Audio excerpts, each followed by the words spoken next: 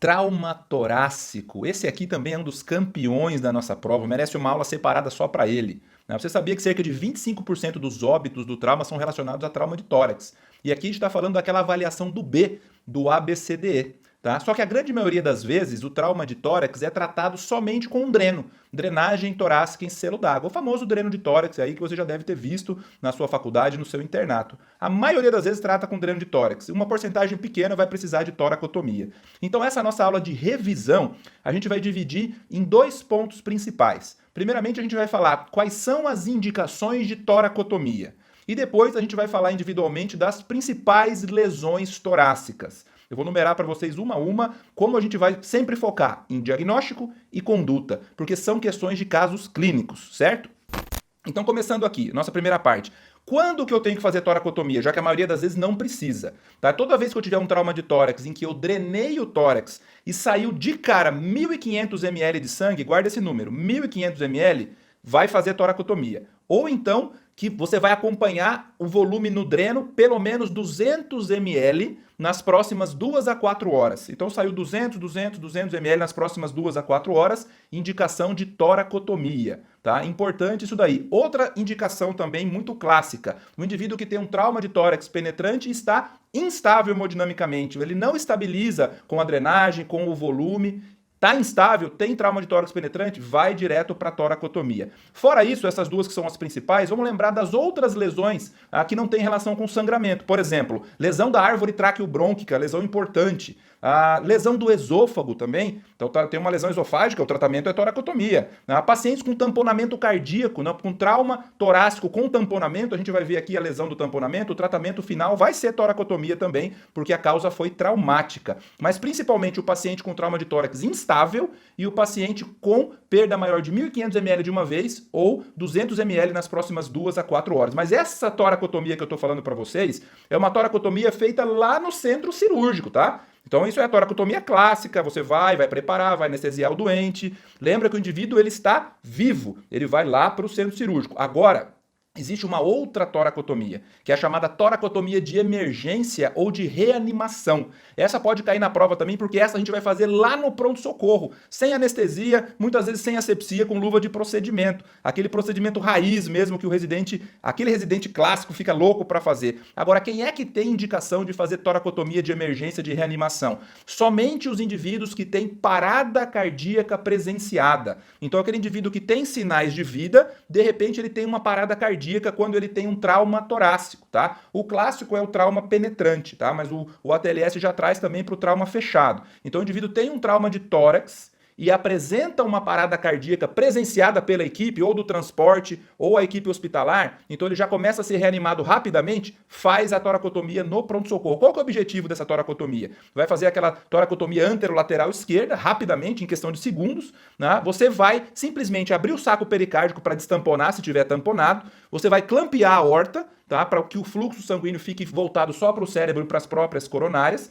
Você vai, se tiver um furo no coração, pôr o dedo na ferida e fazer massagem cardíaca interna. Esse é o objetivo. O paciente voltou, aí a gente vai para o centro cirúrgico para finalizar a cirurgia. Então essa é a toracotomia de emergência ou de reanimação, pode cair na nossa prova. Tem que ter parada. Se o indivíduo estiver vivo, não parou, você vai levar ele lá para o centro cirúrgico, aquelas indicações anteriores, que tem muito mais chance de sucesso. Agora vamos começar aqui nas lesões mais comuns do tórax. Tá? Então, primeiro, o campeão da nossa prova, o pneumotórax hipertensivo. O que é pneumotórax hipertensivo? Ele pode acontecer tanto no trauma penetrante como no trauma fechado. Tá? Eu tenho um escape de ar no espaço pleural, um mecanismo que vai entrando cada vez mais ar ali e ele vai simplesmente ocupando o espaço do pulmão. E ele vai empurrar o pulmão e empurrar o mediastino para o outro lado. Né? Ele vai criar uma pressão. Ele vai ser causa de choque obstrutivo. Lembra que no trauma a principal causa de choque é hipovolêmico hemorrágico? Que o sangue pode estar no tórax, no abdômen, na pelve ou na cena do trauma? Nesse caso, o choque é diferente. Não é por perda de sangue, é por torção do mediastino, compressão dos vasos da base. Então, esse indivíduo, o que é a dica da questão para você do caso clínico? Ele vai estar hipotenso, ele vai estar taquicárdico, como todos os pacientes aqui da maioria dos choques. Só que você vai olhar a jugular dele, está túrgida. Dá uma olhada aí nessa jugular. Já viu uma jugular túrgida? Olha aí. Tá? Esse paciente, por acaso, será que está faltando sangue para ele? Não. Olha o tamanho da jugular do paciente. Né? Mas ele está hipotenso e taquicárdico. Por quê? Porque é um choque obstrutivo. Tá? Então, nesse caso, você já dá o diagnóstico do choque obstrutivo, aí eu vou para o exame físico do tórax. Né? Como é que vai estar o MV? Vai estar abolido, não tem pulmão ali. Como é que vai estar a percussão? Hipertimpânico, está cheio de ar. Tá? Quer ver um pneumotórax hipertensivo? Dá uma olhada aí. Tá vendo esse raio-x? Então essa parte preta que você tá vendo aí desse lado é o pneumotórax. Tá? Então o pulmão nem aparece. Ele está empurrando tudo para o outro lado e olha o mediastino desviado para o outro lado, torcendo os vasos da base.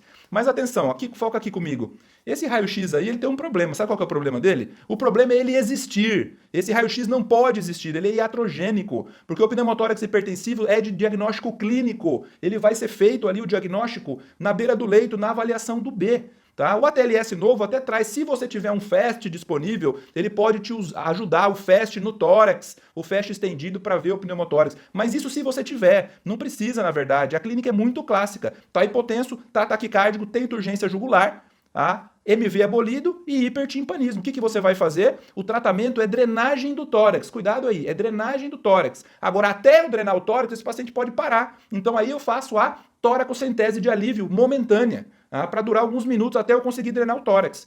O clássico sempre foi no segundo espaço intercostal, na linha hemiclavicular, tá? Mas o ATLS trouxe uma opção nos pacientes muito obesos, por exemplo, que não chega lá o catéter, você pode fazer lá onde é a drenagem mesmo, lá entre o quarto e o quinto espaço. Tá? Então, não é que mudou a drenagem, tá? Ela pode continuar sendo feita no segundo espaço ou recomendação de fazer agora no mesmo lugar da drenagem de tórax, quarto, quinto espaço, na linha axilar, ok? Então, esse é o tratamento, é drenagem do tórax. A toracocentese de alívio é algo momentâneo. Agora, segunda lesão, armadilha aqui no B, que a gente tem que dar o diagnóstico também, clínico principalmente, é o chamado hemotórax maciço. Então, sangrou no espaço pleural. Tá? Lembra? O choque agora vai ser hipovolêmico. Lembra que o choque hipovolêmico, o sangue pode estar no tórax. Aquilo lá choca o paciente. Como é que vai estar o meu doente? Vai estar taquicárdico, vai estar hipotenso. E a jugular? Jugular vai estar colabada. Nem vejo jugular, porque ele perdeu muito sangue. Né? Do ponto de vista do exame físico do tórax, o MV vai estar abolido, mas a percussão está cheio de líquido, não está mais timpânico. A percussão agora está maciço.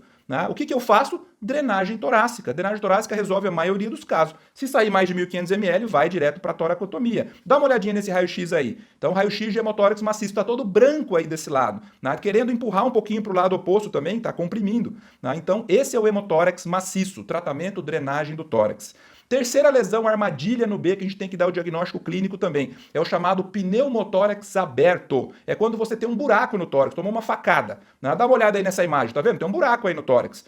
Se essa lesão for maior do que 2/3 o diâmetro da traqueia, existe uma tendência do ar entrar por ali e isso causar um pneumotórax hipertensivo. Então, qual é a conduta no trauma de tórax com pneumotórax aberto? É drenagem de tórax também. Né? Você pode, como uma medida temporária até drenar o tórax, ou quando você não tem dreno, vai precisar transferir o doente, usar aquele tal de curativo de 3 pontas, que na prática funciona bem mal. Né? Você faz um curativo, fecha 3 bordas e deixa uma borda aberta. Teoricamente, na inspiração ele colaba e fecha, na expiração ele abre, ele poderia te ajudar a ir diminuindo esse pneumotórax. Tá? Na prática funciona muito mal. O que você não pode fazer? Você não pode de jeito nenhum é suturar a lesão antes de drenar. Então primeiro drena o tórax, depois sutura a lesão. Costuma ser suficiente na maioria das vezes. Então essas 3 armadilhas do B principais que estão no novo ATLS, o pneumotórax hipertensivo, o hemotórax maciço e o pneumotórax aberto. Agora, outras 2 lesões importantíssimas aqui também para a gente avaliar no tórax. Né? Lembra do chamado tórax instável com contusão pulmonar? O que era isso? É aquele paciente que tem um trauma fechado muito intenso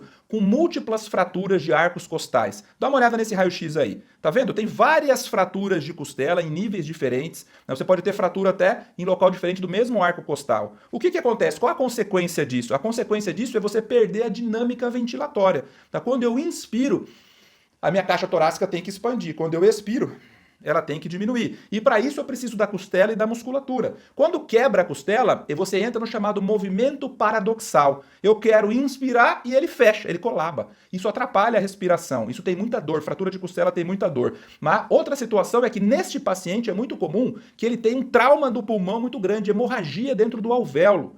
Então, nesse caso, a gente chama de contusão pulmonar. Tá? Isso pode causar insuficiência respiratória. Tá? Então, qual que é a conduta no tórax instável com contusão pulmonar? Oxigênio, analgesia, fisioterapia respiratória. É uma conduta bem tranquila. Precisa entubar todo mundo? Não, eu vou entubar só se tiver indicação de intubação. Tiver uma insuficiência respiratória franca, que ele vai entrar em parada respiratória. Precisa drenar o tórax? De rotina, não. Somente se tiver, por exemplo, um pneumotórax. Só toma muito cuidado se esse paciente for ser operado. O ortopedista vai operar uma fratura lá depois que você liberou, porque ele vai ser colocado em ventilação positiva.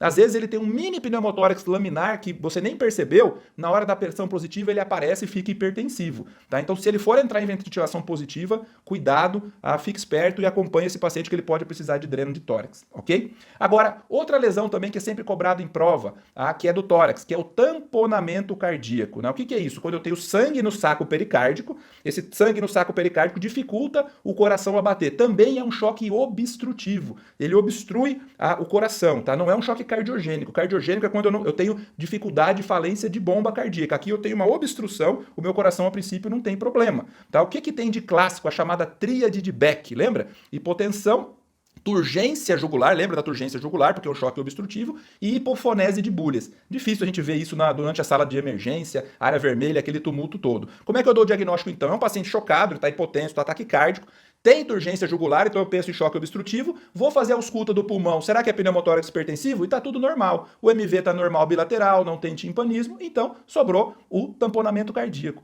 Qual que é o tratamento do tamponamento cardíaco no trauma? É a toracotomia, tá? Eu falei lá no começo da nossa aula. Agora eu posso fazer a chamada punção de Marfan, eu faço aquela punção do saco pericárdico, tiro um pouco de sangue para aliviar temporariamente até eu ir para o centro cirúrgico. Não é tratamento definitivo. Então guarda aí o tamponamento cardíaco que gosta de cair na prova. E por último, eu vou falar da lesão de aorta, tá? Porque tem algumas questões sobre isso na prova, tem vários critérios, mas eu quero que você guarde aqui uma mensagem. Olha esse raio-x aí, o que te chama atenção? O chamado alargamento do mediastino. Olha o tamanho desse mediastino, tá? Porque às vezes a lesão de aorta tem poucos sinais clínicos e o indivíduo pode estar estável, tá? Muitas vezes ele está estável. Então apareceu um raio-x com esse alargamento de mediastino, o que a gente vai fazer no paciente estável? Tomografia, de preferência angiotomografia, para que eu possa ver o desenho do vaso, o desenho da aorta, programar a possibilidade de um tratamento endovascular que vai ser o melhor para esse paciente. Tá? Pode fazer arteriografia também, mas é um pouco mais invasiva. Então, alargamento de mediastino, tomo de preferência angiotomografia.